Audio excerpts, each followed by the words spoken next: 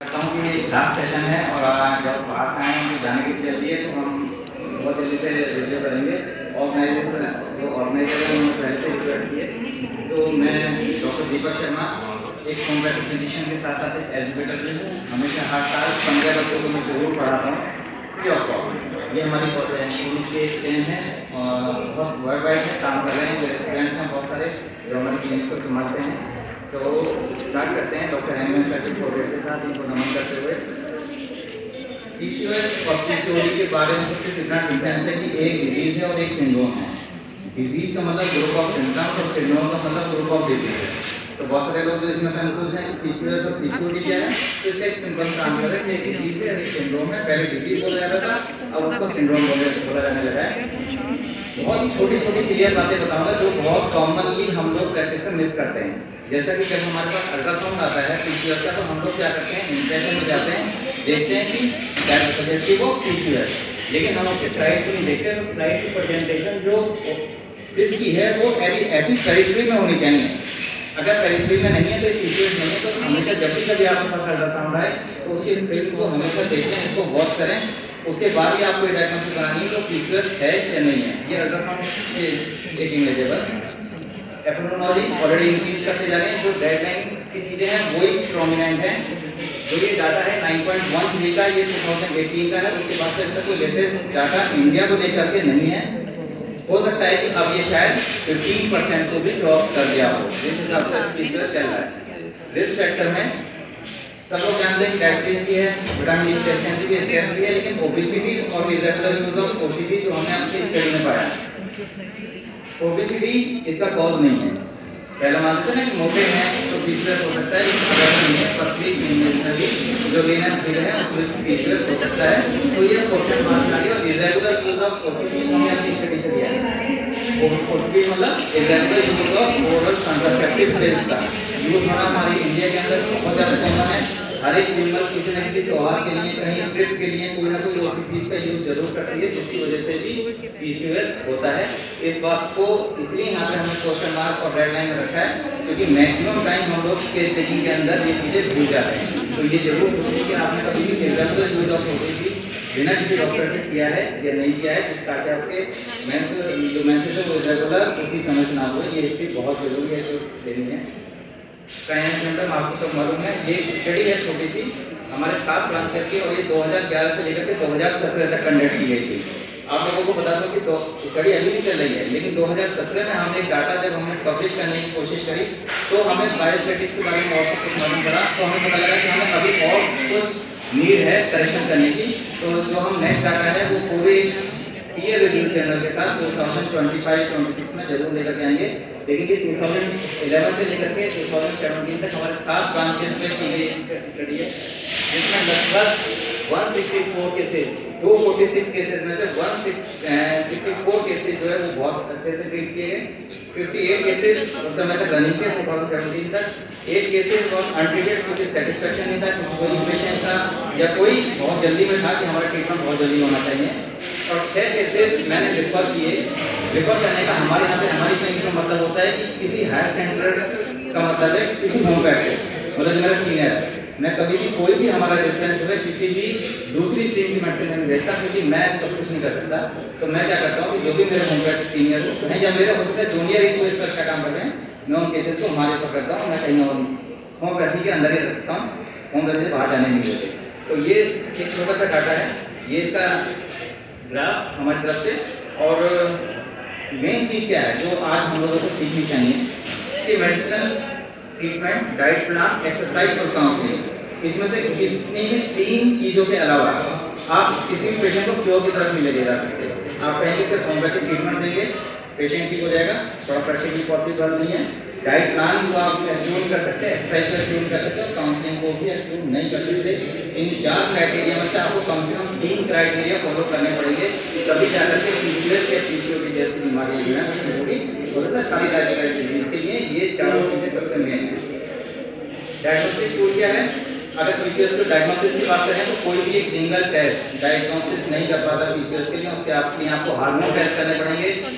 Ma'am diagnostic tool अलग अलग criteria होते हैं। वो ब्लड टेस्ट भी हो सकते हैं, हार्मोन टेस्ट भी हो सकते हैं, वो इन्वेस्टिगेशन में रेडियोलॉजी भी आ सकती है और बहुत सारे अलग मार्कर्स भी हैं। अब आपको बता दूं कि मैक्सिमम जब ब्लड टेस्ट कराते हैं तो हमारे पास LH, FSH, TSH और प्रोलैक्टिन ये हार्मोन सबसे मेन होते हैं और इस सेकंड डे पे कराने चाहिए। सेकंड डे पे भी कब कराने चाहिए? सुबह 8 बजे से पहले का सैंपल होना चाहिए। बहुत मैक्सिमम लोग हम लोग अभी ये गलती कर रहे हैं कि नंबर 1 तो हमें ये नहीं पता कि सेकंड डे कौन सा है और सेकंड डे के मालूम काफी मालूम हो तो हमें ये नहीं पता कि अगले दिन कब सैंपल लेना है। ये सबसे मेन चीज है कि जब भी आप कभी LH, FSH या कोई भी ऐसे हार्मोनल चेकअप कराएंगे तो मेंस्ट्रुएशन के सेकंड डे के साइकिल पे कराएंगे। अब मैक्सिमम कॉन्फ्रेंस जहाँ पे जाता हूँ या पढ़ाता हूँ तो मैक्सिमम लोगों को सेकंड डे की कंफ्यूजन होती है। सेकंड डे क्या है? तो सेकंड डे की डेफिनेशन मैं बता देता हूँ कि अगर मॉर्निंग में 12 बजे से आफ्टरनून में 12 बजे से पहले साइकिल आए हैं तो नेक्स्ट डे वाला जो होगा सेकंड डे होगा। अगर दोपहर को 12 बजे के बाद साइकिल आने शुरू में तो नेक्स्ट डे वाला सेकंड डे होगा। ये बात बहुत कम लोगों को मालूम है तो हमें ये इन्वेस्टिगेशन हमेशा इंक्लूड करनी चाहिए। इसके अलावा सिर्फ अल्ट्रासाउंड या होल एब्डोमेन अल्ट्रासाउंड या लोअर एब्डोमेन का अल्ट्रासाउंड डायग्नोस्टिक क्राइटेरिया अब बिल्कुल भी नहीं है। TBS is the main criteria, लेकिन जो इंडिया है, इंडिया के अंदर जो अनमैरिड गर्ल्स है उसमें TBS अलाउ नहीं होता, इसीलिए हम लोगों को अल्ट्रासाउंड करना पड़ता है। इसके अलावा जो इन्वेस्टिगेशन बची रेडियोलॉजी में वो है MRI एक सिंगल टूल है जो आपकी PCOS को सिंगली डायग्नोसिस करने की हिम्मत रखता है विद हार्मोन टेस्ट। हार्मोन में एक बात और बता दूं, LH और FSH की तो 1:3 होनी चाहिए नॉर्मली। अगर इससे ज्यादा है, इससे गड़बड़ है तो ये आप PCOS की तरफ सोचेंगे। तो ये ऐसी चीजें हैं जो मैं आपको बताना चाह रहा हूँ जो बहुत कॉमन है, जो हम प्रैक्टिस में मिस करते हैं। एक केस के बारे में आते हैं। एक 21 ईयर की फीमेल थी, हमारे पास आई और उसको 2 साल से इरेगुलर मेंसेस है। ऐसे बहुत सारे सिम्टम्स हमने किए हैं, उसकी इंग्लिश से हमें कोई सिग्निफिकेंट काम नहीं मिला, चीज़ें नहीं पता लगी, पास उसकी से कोई बहुत सिग्निफिकेंट नहीं मिला। अभी जब मैं यहाँ पे एक लेक्चर सुन रहा था तो डॉक्टर चिंतन वाला थे, तो उन्होंने कहा कि एक सिंगल विजिट आपको क्राइटेरिया नहीं दे सकती। मतलब मेरे जो गुरु हैं उन्होंने मुझे सिखाया कि ताला कितना भी बड़ा हो, चाबी जो है बहुत छोटी सी होती है। तो हम लोग सिंगल सिम्टम एक छोटी सी चाबी है ना, उसको ढूंढने में तो कोई महीनों लग जाते हैं। तो ये केस ऐसा नहीं है कि पहली बार आया और मैंने पहली बार इसको करी, इसके लिए हमें टाइम लगा कुछ विजिट्स में, और विजिट्स के बाद हमने पता लगाया कि इसके फिजिकल जर्नल्स, मेंटल जर्नल्स को इसके लाइफ स्टेज पे जाते हैं तो मोलेस्टेशन की हिस्ट्री मिली। मोलेस्टेशन के लिए होम्योपैथी में एक ही बहुत बढ़िया मेडिसिन है, क्योंकि मैं थोड़ा ज़्यादा जल्दी बोल रहा हूँ क्योंकि टाइम कम है। तो मोलेस्टेशन की ये सबसे फेवरेट रेमेडी होम्योपैथी के अंदर है कार्सिनोसिस। जब हमें इस लाइफ स्पेस का पता लगा तब हम ऑलरेडी 8 महीने मिस कर गए थे इस केस को। सोचिए एक फीमेल अपने लाइफ स्पेस को आपको एकदम से क्यों बताएगी? कभी कभी ऐसा होता है कि उसके पेरेंट उसके साथ हैं, कभी कभी उसके कोई फ्रेंड साथ में है, तो कुछ नहीं होता हमारे असिस्टेंट साथ में, तो ये बताने के लिए भी या ये पूछने के लिए भी हमें 8 महीने लगे। और 8 महीने बाद जब हम उस केस को सॉल्व कर पाए तो सिर्फ कार्सिनोसिस की सिंगल डोज पे और totality desire for chocolates, love for painting, dancing, sleep for abdomen, fastidious, too much parental control, ambition disease, tendency to suicide, sympathetic nature, peace alone, hearted to others, those love most. Case को जब रिपोर्टाइज किया तो सबसे पहले message pulse ला रही थी, लेकिन रिपोर्टिव हर समय सही नहीं होती, हमें एनालिसिस करनी होती है एग्जैक्टली मेडिकल मेडिकल में जाकर जो एनालाइज करता है। अगर रिपोर्टिव 10 मेडिसिन दे रही है और उसको लगा एनालाइज के या होम्योपैथी के स्टूडेंट को कि 20वीं मेडिसिन है जहाँ पे एनालाइज करी, तो 20वीं मेडिसिन ही काम करेगी, वहाँ को वो प्राइम मेडिसिन काम नहीं करेगी। लेकिन हाँ, कार्सिनोसिन भी 5th नंबर पर थी, तो हमने उसको कार्सिनोसिन दी, जबकि बहुत कॉमनली मेडिसिन है मोलेस्टेशन में जहाँ भी नाम आ जाता है तो कार्सिनोसिन। और जब हम PCOS में काम कर रहे हैं 2008 से, तो अभी तक हम सोचते रहे थे मोलेस्टेशन फीमेल्स में है, लेकिन अभी हमने कुछ और स्टडीज करी हैं 2018 तक, मोलेस्टेशन मेल्स में भी बहुत सीवियर है, बस लोगों को पता नहीं है, इस पर डाटा कलेक्शन हो रहा है। जो कार्सिनोसिन रेमेडी है वो 200 में हमने वाटर डोज में दी। जनरली हम लोग जो मेडिसिन हैं वो वाटर डोजेज में यूज़ करते हैं, जैसा कि हमने अपने गुरु से डॉक्टर SK डे हमारे सर रहे हैं और मैं लखनऊ से पास आउट हूँ, तो उन्होंने हमें ये वाटर डोजेज के बारे में सिखाया था कि हम कैसे वाटर डोज प्रिपेयर करेंगे। और उसके फॉलो मतलब मैंने 2000 फरवरी में भी उसको मालूम किया है, तब भी उसके साइकिल जो है डेट वाइज हमने 2020 तक हमने नॉर्मल काम किया और 2023 में भी वो बिल्कुल ठीक है। ये सबसे बड़ी बात ये रही कि उसके मन के अंदर वो जो था वो भी सब गायब हो गया। अब उसको बहुत भी देगा और सब कोई बात नहीं, ये तो अच्छा है कि कम से कम मैंने बात बताई, क्योंकि किसी को तो बताई। इसी केसेस के आधार पर हम आपको एक दूसरा केस बता रहा हूँ। और वीडियोस का मुझे लगता है कि टाइम सेव करते हैं, मुझे लगता है केसेस चलते हैं। एक केस है, ये 16 ईयर की फीमेल थी और इसको भी इरेगुलर मेंस्ट्रुएशन थे और इसको ड्रीम थे, multiple people is calling her, dream of falling from height specially from males, history of sexual abuse at the age of 12 year, very intellectual, in observer, smart looking and soft spoken, no pathology seen in any report. आप कोई medicine बताएं? कोई?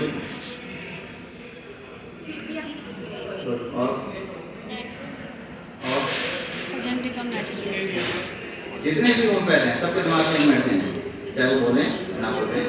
तो मैं आप जब भी अपने स्टूडेंट्स को पढ़ाता हूँ तो मैं उसको ये बताता हूँ कि होम्योपैथ की सबसे बड़ी दिक्कत ये हो जाती है कि जब भी कोई सिम्टम आए मेडिसिन दिमाग में आए, तो ऐसा तो करना है कि कभी कभी बिना मेडिसिन के लिए काम करना है। इस मेडिसिन को इस केस को हमने सिर्फ काउंसलिंग पर ठीक किया है। ये मैं पूछता हूँ बहुत सारे लोगों से, जब आपको किसी फीमेल ने वो चीज बता दी जो उसने किसी को नहीं बताई तो टेक योर टाइम। अब आप कहेंगे अगर आपको लगता है कि सिम्टम इंप्रूव नहीं कर रहे हैं तब आपको मेडिसिन पे जाना है, वरना क्यों मेडिसिन? हर जगह मेडिसिन काम कर सकती है ना, लेकिन हमारे दिमाग में होता है कि जैसे ही हमें सिम्टम पता लगा हमारे दिमाग में लगा। ये मैं कभी नहीं करता। मुझे लगता है कि केस को 2 महीने 3 महीने 4 महीने वेट कर सकते हैं। हमें पता है ना लॉन्ग स्टैंडिंग लंबी बीमारी है, थोड़ा टाइम से ठीक होगी, वहाँ पे टाइम देना। आपको लगता है सिम्टम इंप्रूव नहीं हो रहे हैं तब मेडिसिन लो, और इसके जिस दिन इसने ये बताया उसके नेक्स्ट बार जो साइकिल आया वो इसका बहुत नॉर्मल था, तो हमने कहा मेडिसिन की जरूरत क्या है?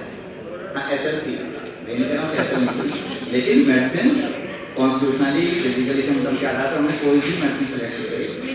मैं अपनी स्टडीज में ऐसे केस इसलिए रखता हूँ ताकि हमें पता लगे कि हर समय मेडिसिन पर काम नहीं करना है और इसके अलावा भी कुछ सोचना है। एक और case 22 year unmarried female came with already diagnosed case of PCOS with following complaints: excessive white discharge per vagina, बहुत foul smell in adultery, aggravation की night consistency, thick jelly like color, white presenting complaint में अगर ऐसे symptom मिले तो कौन हो सकता है? एक कोई होम्योपैथ या कोई डॉक्टर ही हो सकता है।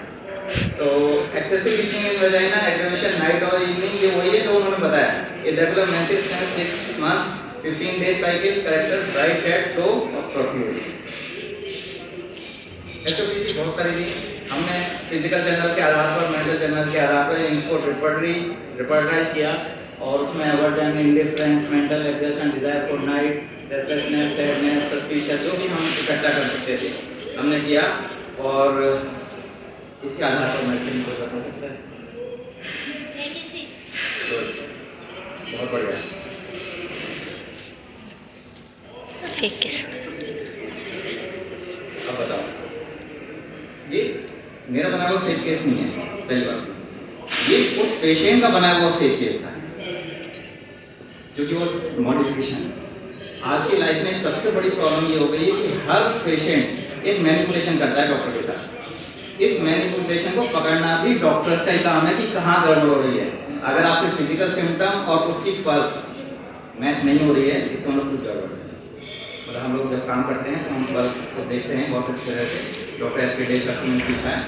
तो जब पल्स कुछ और कह रही है और सिम्टम आपके कुछ और कह रहे हैं तो क्या हो सकता है? तो ये बहुत जरूरी है कि आपको ये वेरिफिकेशन करना कि इन्वेस्टिगेशन क्या कर रही है, पेशेंट क्या कह रहा है और हमारी मैथमेटिक्स क्या कह रही है। तो ये फेक केस में था, उस पेशेंट के अकॉर्डिंग उसने मॉडिफिकेशन करके केस को बताया। जब हमने उसकी हिस्ट्री ली और जाए तो मैंने उसको पल्स देखकर देखा, मैंने कहा बेटा यहाँ इस सीट पर बैठ के झूठ बोलना अच्छी बात नहीं है। And you believe she is a homeopath, क्योंकि बताना नहीं चाहे। अभी आएंगे उसी बात पे। ये जब उसने अपने कॉलेज में बात की, अपने कॉलेज में केस बताया जो उसको समझ ही नहीं पा रहे थे, तो उसने कहा कि मैं कैसे बताऊं। लेकिन जब मैंने ये कहा कि जो तुम बता रही हो वो गलत है, तो उसकी आंखों से आंसू आए। उसने बताया बहुत कुछ, अपनी पूरी लाइफ हिस्ट्री बताई और मेडिसिन वॉज अर्जेंटल नाइटिका। और ये केस उसने खुद ही मुझसे कहा है, ये सबको पता होना चाहिए। ये वीडियो बस एक ही वीडियो चला रहा हूँ, ये जरूरी है आपको सुनना। मैं ऑफिस ट्रेनिंग का अनुभव आज आपके साथ शेयर करना चाहती हूँ। एक्चुअली मेरी प्रॉब्लम प्रॉब्लम स्टार्ट हुई थी अगस्त से। मेरे जो पीरियड्स थे वो बहुत ज़्यादा इरेगुलर हो गए थे, मतलब मुझे एक्सेसिव ब्लीडिंग होने लगी थी। मुझे जो मेंसेस थे वो 21-21 दिन तक रहने लगे थे। वो बहुत फ्रिक्वेंटली आ जाते थे कि 15 दिन में मेंसेस आ जाते थे और आने के बाद वो 21 दिन में ख़त्म होते थे। तो that was intolerable for me कि मैं कैसे झेल रही थी, मुझे पता था।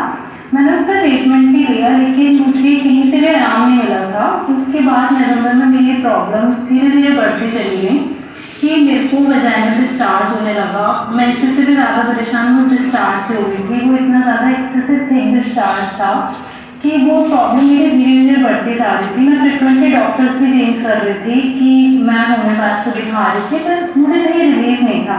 तो मैंने एक टाइम पर होप छोड़ दी थी कि शायद ये ठीक नहीं होगा।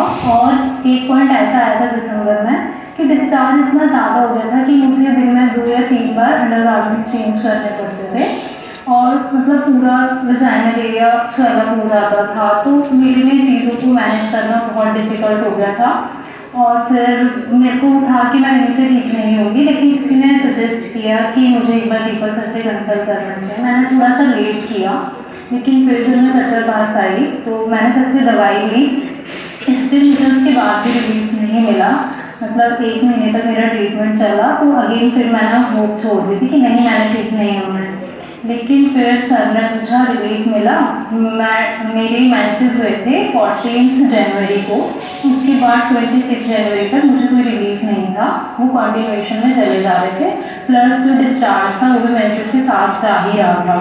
तो फिर सर ने मुझे बिठाकर अच्छे से एकदम की केस टेकिंग ली। उसके बाद भी मैंने केस दिया। फिर सर ने मेरी पल्स फील की। उसके बाद सर को पता लगा कि मैंने जितनी केस टेकिंग दी थी उसमें मैंने सब कुछ झूठ बोला था। और आई कम्प्लीटली एग्री कि मैंने जो सबको बताया था केस टेकिंग के टाइम पे वो सब कुछ झूठ था, क्योंकि कुछ चीज़ें थी पास की कि हाँ कुछ इमोशनल ब्रेकडाउन थे या समथिंग कुछ भी जिनसे मैं बाहर आ चुकी थी। तो मुझे लगा कि वो नहीं बताने चाहिए या वो चीज़ें रिलेट नहीं करती। फिर सर ने जब पल्स फील की तो सर एकदम से हो गए कि डॉक्टर तुम तो सब कुछ झूठ बोल रहे हो। फिर उसके बाद सर ने डिटेल में पूछा कि सब कुछ क्या था, कहाँ था। तो बेसिकली मैंने जहाँ से चलना शुरू किया था, सर ने during the time of case taking मुझे वापस उसी स्टेज पे ले जाकर खड़ा कर दिया। उस दिन मैं बहुत रोई, मतलब मुझे उस टाइम से थोड़ा गुस्सा। मैं आपको बताना चाहता हूँ कि हुआ क्या था कि इस पर कभी होम्योपैथी में कोई बिलीव नहीं था, तो इसीलिए ये अपनी केस टेकिंग को अपने हिसाब से मॉडिफाई करके एलोपैथी की स्टाइल में देती है। लेकिन इस केस के बाद जैसे इसको सिंगल डोज में असर करा, now she is doing a perfectly homeopathic practice. तो ये केस जी जी जी यहाँ पे जो ये अपने आप को छुपा रही है जी, मेंटल सिम्टम को उसका भी एक सिम्टम है। तो यहाँ पे एक सिम्टम्स भी मुझे मिल रहा है कि हाइडिंग हरसेल्फ, हाँ। उसको ले सकते हैं कि उसको अभी तो अर्जेंट नॉट यही तो केस है बस सारा का सारा। मैं पहले ये सोचता था कि पेशेंट झूठ क्यों बोलता है, इसलिए गुस्सा होते थे। लेकिन डॉक्टर एनसी चटर्जी हैं जो ऑर्गेनाइज के इतने बड़े मात्रा में, उन्होंने कहा कि अगर पेशेंट झूठ बोला है तो ये भी तो उसका एक सिम्टम है, बस ये लेना है। तो हमने वर्ड इसी बेस पर दिए। ये मेरा अपना बनाया हुआ चार्ट है पीसीओएस में। 21 से शुरू करते हैं। ब्राइनिया, इग्निशन, एटम्यूल के 2 सेक्शन, पल्सिना, साइलेशिया और फिर सीटिया लेगिसिस। बस इनमें से ही कोई एक मेडिसिन आएगी। ये मेरा पूरे चार्ट की एक स्टडी है। इनमें से कोई एक मेडिसिन आएगी, सारी नहीं। अगर टाइम होता तो मैं स्पेशल सारी मेडिसिन के एक सीक्वेंस बता सकता हूँ आपको, लेकिन ये ही मेडिसिन है जो पीसीओएस की सबसे प्राइम मेडिसिन हमारी स्टडी के दौरान आई है जी। सर ये डिस्कस करिए ना, ये मेन पार्ट है। अच्छा, it's very helpful. Yes sir. सुनो सर की वेबिनार करवाते हैं, मैं करवा दूंगा, मैं गिव यू द लिंक इसको, ठीक है? ऑलरेडी हमारी वीडियो है ना सर, इसमें एक वेबिनार मैं करवाता हूँ आपका। मैं जानता हूँ भाई, मैं ऑलरेडी बस एक मिनट हो गया ना, तो एक सबसे मेन चीज रह गई है। सबसे एक मेन चीज रह गई है कि आपको ये एक जो मैनेजमेंट है सबसे मेन करना है कि किसी भी पीसीओएस के पेशेंट को मिल्क और व्हीट इसको स्टॉप करना है। और बस खत्म करते हैं। इस साइड से हर एक फीमेल से रिक्वेस्ट है कि अपने यूट्रस को हर्ट होने से बचाओ, उसको बेचारे को थोड़ा रेस्ट भी दो। आज के टाइम के लिए ये यूट्रस की एक इमेज है जो हर एक टाइम में शो करता हूँ। So thank you so much, thank you.